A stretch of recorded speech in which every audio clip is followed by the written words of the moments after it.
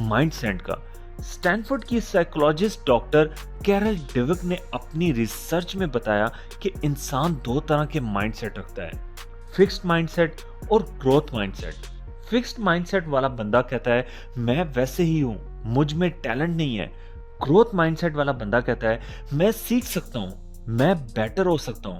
उन्होंने बच्चों पर एक्सपेरिमेंट भी किया, जिनको सिर्फ स्मार्ट बोला गया वो नेक्स्ट टेस्ट में बेहतर परफॉर्म नहीं कर पाए, लेकिन जिनको बोला गया तुमने मेहनत अच्छी की, उन्होंने और मेहनत की और उनकी परफॉर्मेंस इंप्रूव हुई। यानी तारीफ भी अगर मेहनत की करो तो दिमाग ग्रो करता है।